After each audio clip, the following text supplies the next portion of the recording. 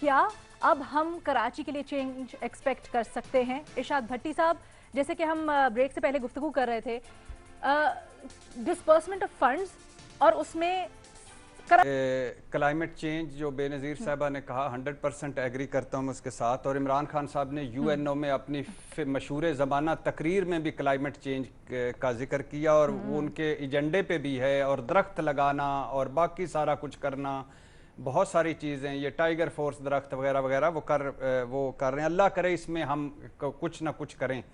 دوسری بات وہ جو ان کی ہے کہ 25 ارب مسلم لیگ کا، 162 ارب عمران خان صاحب کا، کراچی کا فنڈ، کراچی کا ریونیو، کراچی کے ترقیاتی فنڈ، سب کچھ پتہ نہیں کہاں چلا گیا، کس نالے میں بہہ گیا، وہ چھوڑ دیں۔ تمام ifs اینڈ بٹس کے باوجود آبادی باقی سارے، میں بہت خوش ہوں۔ شکریہ وزیر اعظم صاحب، شکریہ سندھ حکومت، شکریہ آرمی چیف صاحب، ساروں کا شکریہ کہ سارے بیٹھے، اور کمیٹی کے لیے بہت ساری دعائیں۔ جو کمیٹی ہے، یہ 5 سالہ مشن ہے یا 3 سالہ مشن ہے، اللہ کرے کامیاب ہو جائے، کچھ نہ کچھ ہم آگے بڑھیں، کچھ سفر تو شروع ہو۔ دوسری بات یہ آتا ہے میڈم شیخ، آپ کا سوال بڑا دلچسپ ہے۔ چونکہ شہباز شریف مجھے لگتا ہے کراچی میں تھے تو سوال بنانے والا شہباز شریف صاحب سے یقیناً ملا ہوگا، تبھی یہ سوال ذہن میں آیا ہوگا کہ کراچی کو پیرس کیسے بنایا جا سکتا ہے۔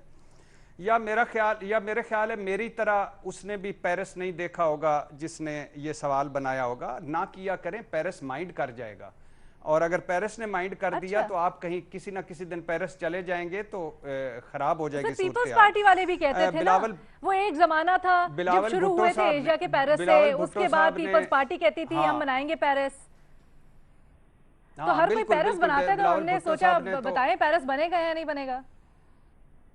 نہیں، وہی میں اسی پہ ہی آ رہا ہوں میڈم شیخ، اسی پہ ہی آ رہا ہوں، اور میرے کسی پوائنٹ پہ تو آپ نے یہ کہنا نہیں کہ کمال کا پوائنٹ، لیکن میں اسی طرف آ رہا ہوں۔ تو وہ بات یہ ہے میڈم شیخ کہ بلاول بھٹو صاحب نے بھی لیاری کا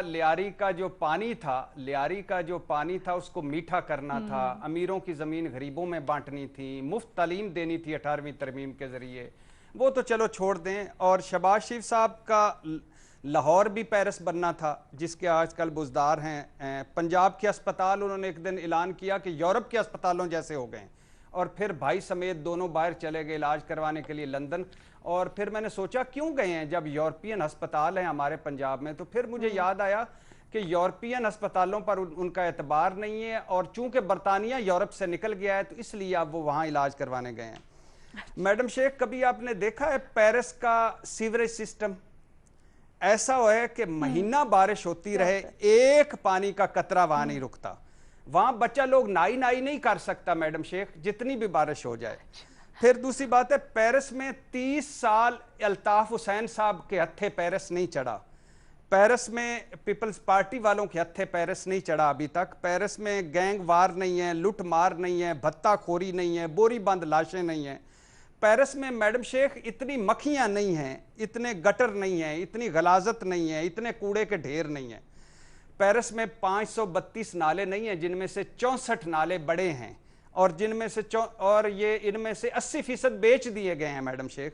پیرس میں قبرستان، کھیل کے میدان، پارک فروخت نہیں ہوئے۔ پیرس میں حال یہ نہیں ہے کہ فلاں سڑک فلاں کے انڈر ہے اور فلاں سڑک فلاں کے انڈر ہے، پیرس ایک بندے کے انڈر ہے۔ اور ہاں میڈم شیخ، یہ شرط لگا لیں، پیرس ان کو دے دیں، ایم کیو ایم کو دے دیں، پیپلز پارٹی کو دے دیں، 20 سال بعد جا کے پیرس دیکھ لیں، ایفل ٹاور کے نیچے اپنے گھر بنے ہوں گے بڑے بڑے، اور باقی اس ایفل ٹاور کا بیچ دیا ہوگا۔ شانزلیزے اسٹیٹ چائنا کٹنگ کے انڈر آ جائے گی، وائٹ چرچ جو ہے وہ بلیک چرچ ہولی سا اضافہ ہوا، پینشن انہوں نے کہا کہ 60 کی بجائے 65 سال کی عمر میں دی جائے گی، سارے باہر آ گئے اور سارے مطالبات واپس لینے پڑ گئے۔ ان کے گھروں میں پانی ہے گٹر کا، گٹر ابل رہے ہیں، ان کے نالے گھر جو ہے نالے بن گئے ہیں، کوئی سہولت نہیں ہے، کوئی ایک سہولت، پانی صاف پانی کے لیے برتن لگتے ہیں لائن میں، اور اس کے باوجود عوام مطمئن ہے۔ یہ دیکھ لیجئے گا۔ اچھا باقی میڈم شیخ وہ زندہ قومیں ہیں پلیز، اور کسی آخری بات، یہ دو تین باتیں میڈم شیخ، کہ کسی پیرس کے حکمران کی کراچی میں کوئی جائیداد نہیں ہے،